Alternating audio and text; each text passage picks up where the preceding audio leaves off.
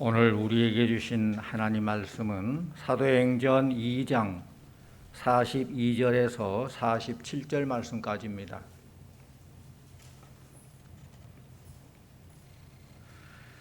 그들이 사도의 가르침을 받아 서로 교제하고 떡을 떼며 오로지 기도하기를 힘쓰니라. 사람마다 두려워하는데 사도들로 말미암아 기사와 표적이 많이 나타나니 믿는 사람이 다 함께 있어 모든 물건을 서로 통용하고 또 재산과 소유를 팔아 각 사람의 필요를 따라 나눠주며 날마다 마음을 같이하여 성전에 모이기를 힘쓰고 집에서 떡을 떼며 기쁨과 순전한 마음으로 음식을 먹고 하나님을 찬미하며 또 온 백성에게 칭송을 받으니 주께서 구원받는 사람을 날마다 더하게 하시니라. 아멘. 이 시간 전영배 집사님 부부 나오셔서 하나님을 찬양하겠습니다.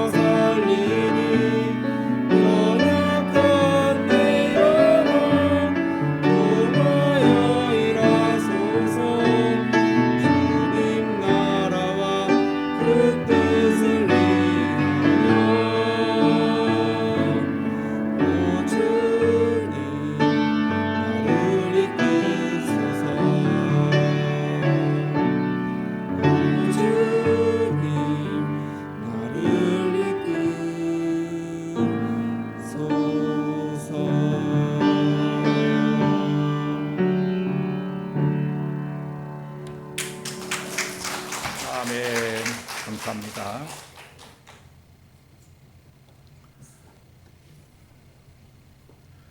제가 예수 믿으면서 확신한 것 중에 하나는 우리가 기도하면은 반드시 응답받는다는 것입니다. 이것은 기도하는 사람이라면 누구든 부정할 수 없을 것입니다. 저는 믿고 기도하면은 100% 응답받는다고 확신하는데 여러분 어떠십니까? 여러분도 그렇습니까? 마음속으로 기도하든 말로 기도하든 행함으로 기도하든 기도하는 모든 것은 응답받습니다. 왜냐하면 이거 내 말이 아니라 하나님의 약속의 말씀이기 때문에 그래요. 믿고 구하면 받은 줄로 믿으라. 주신다고 했습니다. 사람은 약속을 해도 약속을 안 지키기도 하고 못 지키기도 합니다. 약속을 안 지키는 경우는 잊어버리면 약속 안 지키죠. 까먹어버리고. 약속을 못 지키는 경우는 마음이 있는데 능력이 안 되기 때문에 못 지키는 그런 경우도 있습니다. 어떤 사람은 그래요. 왜 이렇게 응답이 안 됩니까? 왜 그렇게 하나님께 기도에 응답 안 됩니까? 하나님이 내 기도는 왜 안 들어주십니까? 라고 반문하는데, 그러나 기도는 다 응답된다는 것입니다. 우리가 생각하기를 기도의 응답의 때를, 이것은 이때 응답해 주시고 저것은 저때 응답해 주시고, 그렇게 생각하니까 응답이 되지 않는다고 생각을 해요. 그러나 하나님은 하나님의 때에 맞춰서 가장 적합한 때에 가장 좋은 것으로 응답해 주시는 하나님이셔요. 생각해 보십시오. 나의 형편과 나의 사정, 나의 모든 처지를 누가 제일 잘 압니까? 내가 잘 알죠. 그런데 나보다 더 잘 아신 분이 하나님이시라는 거예요. 하나님은 현재 모든 상황도 아시고 나를 향한 놀라운 계획과 섭리를 가지고 있어야 될 것을 아시고 언제 필요한 것도 아시고 나를 향한 하나님의 청사진이 있다는 것입니다. 우리는 몰라요. 현재도 모르고 내일도 모르고 안다고 해봐야 우리는 몰라요. 하나님은 우리의 모든 것을 아시고 계획하시고 주시기 때문에 살 지내놓고 보면은 내가 바라고 원하던 때에 하나님께서 주셨다면은 참 힘들었겠다. 그런 때가 있어요. 하나님께서 알아서 그때 이렇게 응답해 주시고 주셨기 때문에 너무너무 감사한 일이지, 내가 그때 이걸 원했는데 하나님 그렇게 응답 안 해주셨는데 그것이 바로 하나님의 은혜라는 거예요. 나는 잘 모르고 당장 달라고 했는데 하나님은 때를 아시고 가장 적합한 때 주신다는 것입니다. 사랑하는 성도님들 기억하시기를 바랍니다. 기도는 세 가지로 응답된다는 것입니다. 세 가지로. 먼저 우리가 기도할 때 그래라, 영어로 yes, 그런 응답이 있어요. 우리의 필요를 아시고 당장 급하고 당장 필요할 때 우리가 믿음으로 구하게 되면은 하나님께서 응답해 주시는데, 비교적 초신자 때 또는 상황이 힘든 그런 선교지에서 즉각 응답되는 그런 경우가 많습니다. 또 두 번째 응답은 아니다, 영어로 no. 우리가 기도했는데 하나님께서 아니라고 그래요. 네 소원이 잘못되었고 그 기도 자체가 잘못되었으니 고치라, 이거예요. 그건 아니다는 것이죠. 근데 우리는 아니다는 응답은 기도 응답이 아니라고 생각하거든요. 그런데 예수도 기도 응답이고 노도 기도 응답이라는 거예요. 또 하나는 기다리라라는 응답이에요. 영어로는 wait, 기다려라. 지금은 네가 잘못 알고 지금 당장 달라고 하는데 아직은 때가 아니다. 조금만 기다려라. 가장 좋은 때 주겠다는 거예요. 내용은 좋은데 아직 때가 아니니 기다리라. 그런 의미에서 어떤 때에는 내가 원하는 대로 기도 응답이 안 되는 것, 이것도 응답이라는 거예요. 예스만 응답이 아니라 아니요, 아니다로 응답이고 기다려다도 응답입니다. 기도하는 것마다 하나님께서 내 생각대로 다 응답해 주시면은 저 여러분 중에 상당히 많은 사람들이 잘못됐을 거예요. 내 생각, 내 계획대로만 했다면은. 오늘 이 말씀인 사도행전을 통해서 우리가 알 수 있는 것은 초대교회 성도들은 기도하는 사람들이었다는 것입니다. 우리가 초대교회 하면 여러 가지 많은 것이 생각날 것입니다. 오늘 43절 이하의 사도들이 많은 기사와 표적을 나타내고 믿는 사람들 서로 물건을 통용하고 니끈내끈 없이 서로 함께 필요에 따라서 나누고 또 날마다 마음을 같이 해서 성전에서 모이기에 힘쓰고 떡을 떼며 기쁨으로 또 순전한 마음으로 음식을 먹고 하나님을 찬미하고 칭송받고 날마다 구원받는 수가 더했다. 이런 여러 가지 생각날 겁니다. 그런데 가장 중요한 것은 그 모티브는 기도하는 사람들이었다는 거예요. 42절 말씀 같이 옵니다. 42절. 그들이 사도의 가르침을 받아 서로 기도와 교제하고 떡을 떼며 오로지 기도하기를 힘쓰니라. 그들은 성령 강림 후에 완전히 새로운 삶을 살게 되었는데 그 모습을 오늘 성경에서는 이렇게 오로지 기도하기를 힘쓰니라 라고 마무리하고 있습니다. 첫째는 사도의 가르침을 받았다라는 것입니다. 초대교회 성도들은 사도들을 통해서 예수 믿는 것을 배웠습니다. 가장 잘 배우는 것은 본을 보여준 것을 잘 본받아서 나도 본을 보이는 것이죠. 그 가장 효과적인 학습법이에요.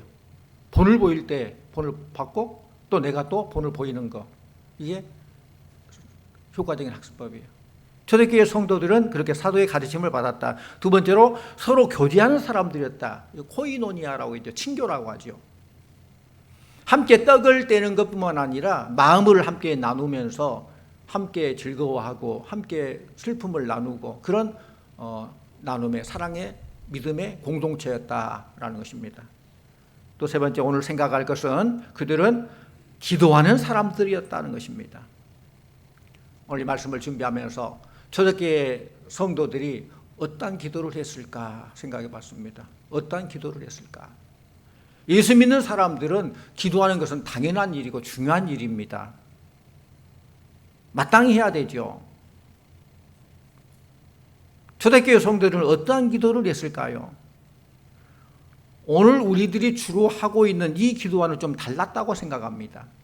왜냐하면 오늘 말씀에 나온 것처럼 그들은 날마다 마음을 같이하여 성전에 모이기를 힘쓰고 집에서 떡을 떼며 기뻐하며 하나님을 찬양했는데 이런 분위기라면은 나만 잘 되고 나만 잘 먹고 자기 욕심 챙기려고 하는 그런 기도에 국한되지 않았을 거라는 거예요. 믿음의 공동체 생활이기 때문에 함께 모이는 자들을 위해서 살피며 기도했을 것입니다. 연약한 자들을 위해서 병든 자들을 위해서 기도했을 것입니다. 사도들을 위해서 기도했을 것이고 또 민족을 위해서 기도했을 것입니다. 사도들의 기도 또 초대교회 성도들의 기도가 바로 이런 기도였다는 것입니다. 사랑하는 성도님들, 우리도 초대교회 성도들이 기도했던 것을 배우기를 원합니다. 우리의 기도 제목은 대부분 주로 자기 중심적이에요. 인간이기 때문에 저도 마찬가지고 대부분 사람들이 다 그럴 것입니다. 기도를 잘 분석해 보면 하나님이 귀찮으실까 봐 구체적인 응답까지 모범 답안까지 만들어서 하나님께 올립니다. 하나님 이렇게 해서 이렇게 해주셔야 됩니다. 하나님 뜻을 구하기보다는 내가 모든 각본을 다 짜고 모든 것을 하나님께 올리는 거예요. 하나님 이건 이렇게 해주셔야 됩니다. 저건 저렇게 해주셔야 됩니다. 하나님 힘드실까 봐 답까지 또 응답받는 시간까지 정해놓고 기도하는 그런 사람들이 참 많습니다. 누가 그렇게 기도해요? 대부분의 우리들이 그렇게 기도하는 것입니다. 아이를 키우는 젊은 엄마가 4살 난 어린 아이를 위해서 늘 기도로 교육을 잘 시켰습니다.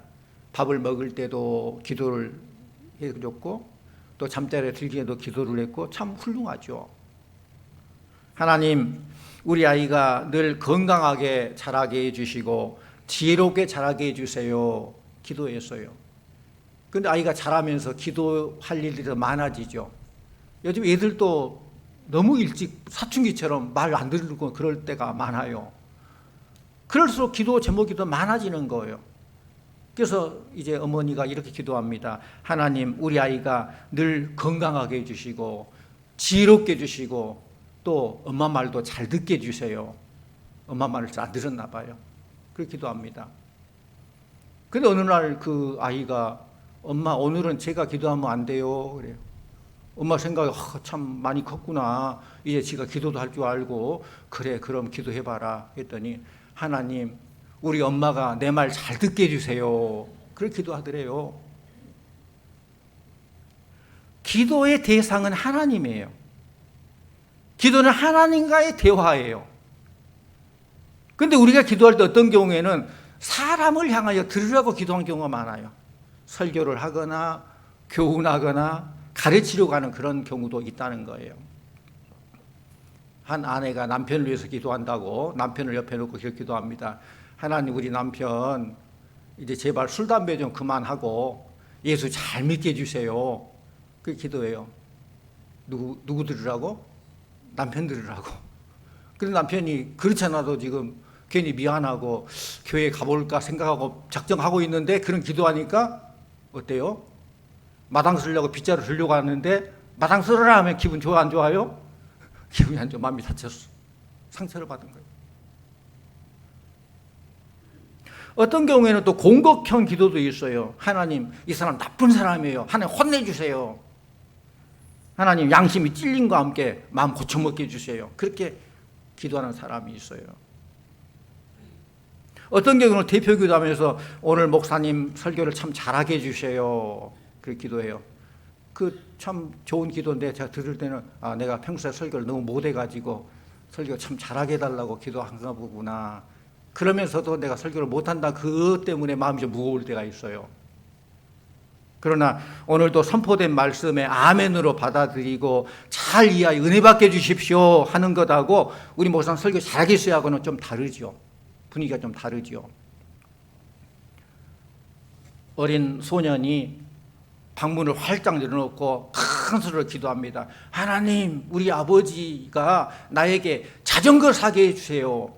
자전거 사서 나에게 주게 해주세요. 기도해요. 마치 그 앞을 지나간 할머니가 그걸 봤어요. 문을 열어놓고 막 크게 기도하거든요. 기도 끝나자 그 아이에게 말합니다. 애야, 하나님, 귀먹은 하나님 아니야. 자기 기도도 다 들어. 그죠? 그 아이가, 할머니, 저도 그거 다 알아요. 그런데 아빠가 들어야 되거든요. 아빠가 들어야 되거든요. 기도는 자기 입장만 생각하고 자기 유리한 것만 하는 것이 아닙니다. 아기를 키우는 어머니라면은 하나님, 이 아이를 하나님 뜻에 맞게 어떻게 양육해야 되나요? 제가 이 아이를 위해서 무엇을 해야 하나요? 이 아이가 하나님 뜻대로 자라도록 어떻게 해야 하나요? 하나님께 묻고 하나님께 지혜를 구해야 돼요. 저 아이가 내 말을 잘 듣게 해달라고. 나는 잘하는데 내 남편이 못하니까 내 남편도 잘 되게 해달라고. 목사 설교 잘하게 해달라고. 물론 기도해야 돼요. 좋아요. 그건 언제 기도해야 돼요? 그건 하나님 들으시도록 하나님께 해야 돼요. 혼자 있을 때 해야 돼요. 바로 옆에서 들으라고 공개적으로 고면하듯이 그렇게 해서는 옳지 않다는 말씀입니다. 남북전쟁 당시에 링컨 대통령은 기도에 대해서 이런 유명한 말을 했습니다. 하나님이 우리 편이 되게 해달라고 기도하지 말고 우리가 하나님 편이 되어서 하나님의 뜻을 이루게 해달라고 기도합시다. 우리 보통 기도할 때 하나님 내 편 되시고 나를 도와주시고 내가 승리하게 해주세요. 그렇게 하는데 링컨은 내가 하나님 편이 되게 해달라고, 하나님의 뜻을 이루게 해달라고 그렇게 기도하자고 했어요. 참 유명한 말이죠. 저와 여러분도 이러한 하나님 편에서 하나님 뜻이 이루어지도록 기도해야 될 줄로 믿습니다. 우리 사모님 기도한 것처럼 먼저 그의 나라와 그의 의를 위한 기도예요. 하나님 뜻이 이 땅에 이루어지길 원하는 그걸 기도할 때에 하나님은 다른 것도 다 주신다는 것이죠. 성도님들, 초대교회를 통해서 우리가 배워야 할 것은 기도의 수준을 좀 높여야 된다는 것입니다. 내 기도도 중요하지만은 할 수 있는 한 어려운 사람을 위해서도 기도하고 낙심하고 좌절된 사람을 위해서도 병든 사람을 위해서도 나를 핍박하는 사람을 위해서도 또 자신과 동정업계에 있는 사람, 이 사람들이 나이 버리라만 생각하지 말고 함께 잘 되게 해달라고 기도하고 나와 거래하는 그 사람, 협력하는 사람을 위해서도 기도하고 조국과 세계를 위해서도 기도하고 하나님의 뜻을 위해서도 기도하면은 이 기도가 얼마나 멋있는 기도예요. 뭐 기도가 멋있다라는 거 표현하기 좀 그렇지만은 참 성숙한 기도이죠. 그렇다고 내 기도를 하지 말라는 말이 아닙니다. 내 기도도 중요하지만은 더 기도의 폭을 넓혀서 이러한 기도를 하면은 우리의 신앙의 경지가 더 넓어지는 것입니다. 하나님이 이런 기도를 하는 사람에게는 본인이 미처 구하지 못한 것까지도 알아서 응답해 주신다는, 이것이 바로 먼저 그의 나라와 의를 의하는 기도이고, 그런 사람에게는 개인이 필요한 이 모든 것을 더하시겠다 하는 이 약속의 말씀을 이루실 줄로 믿습니다. 솔로몬이 하나님의 맡겨주신 일을 잘 감당하기 위해서 하나님께 지혜를 구할 때에 그가 구하지 아니하는 부귀 영화까지도 하나님께서 다 허락해 주셨다는 것입니다. 이렇게 자기 울타리를 뛰어넘는 사람, 자신의 삶의 수준을 훌쩍 뛰어넘어서 이웃을 생각하는 사람이 수준 있는 사람이에요. 이웃을 생각하고 열방을 향해 기도하는 사람이 수준 높은 기도를 하는 사람이에요. 이제부터는 남을 위한 이타적인 기도에 더 많은 시간을 투자하시기를 바랍니다. 주위에 있는 이웃을 위해서도 기도하고, 더 나아가 멀리 떨어지는 사람을 위해서도 기도하는 것입니다. 여러분과 교제하는 사람들, 특별히 인맥들을 위해서 기도해야 돼요. 여러분들이 인맥이 있잖아요. 어떤 애경사를 당했을 때 연락할 수 있는 그 폭, 그 인맥이에요. 그 폭이 얼마나 넓은가 좁은가에 따라서 인맥이 얼마나 넓은가 좁은가, 어떻게 보면 그 영향력이죠. 영향력. 그분들을 대상으로 놓고 기도해야 돼. 인맥들, 인간관계 속에서 관계된 사람들. 이웃에게 눈을 돌리면은 어려움 당하고 남에게 말 못하고 마음으로 삼키는 이들이 얼마나 많은지 몰라요. 의외로 참 많아요. 우리의 기도를 필요로 하는 이들이 얼마나 많은지 몰라요. 이웃에게 관심을 돌리면은 그들의 기도 제목을 알 수 있게 되어서 자연히 기도하게 되는 것입니다. 초대교회는 이러한 기도를 한두 번으로 끝난 것이 아니라 오늘 42절 끝에 보면 뭐라고 기록되어 있습니까? 오로지 뭐하기를? 기도하기를 힘쓰니라. 다른 말로 하면은 기도에 몰두했다, 그런 뜻이에요. 기도에 몰두했다. 유대인들은 하루에 3번씩 시간을 정해놓고 기도했습니다. 왜 시간을 정해놓고 기도했을까요? 시간을 정해놓지 않으면 기도할 시간이 없어요. 우리가 하나님께 예배 드리는데 주일날 지금 11시 예배죠. 11시 예배 정해놓지 않으면 그냥 예배 드리려면 예배를 드릴 수 없어요. 왜? 바빠가지고 기도할 시간도 없고 예배 드릴 시간도 없고 세상에 바쁘니까. 그 딱 정해놔야 돼요. 이렇게 예배하는 시간이다, 이 시간은 기도하는 시간이다 정해놓고 결단해야 기도할 수 있고 예배 드릴 수 있는 것입니다. 미국의 대통령 중에서 카터 대통령이 있는데 여러분 잘 알 겁니다. 믿음 안에서 많은 일들을 했는데 이 사람은 놀랍게도 하루에 24번씩 기도를 했다고 그래요. 나라를 위해서.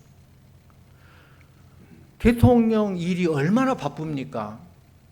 그럼에도 그렇게 기도했다는 거예요. 그러자 사람들이 바쁜데 왜 그렇게 기도합니까?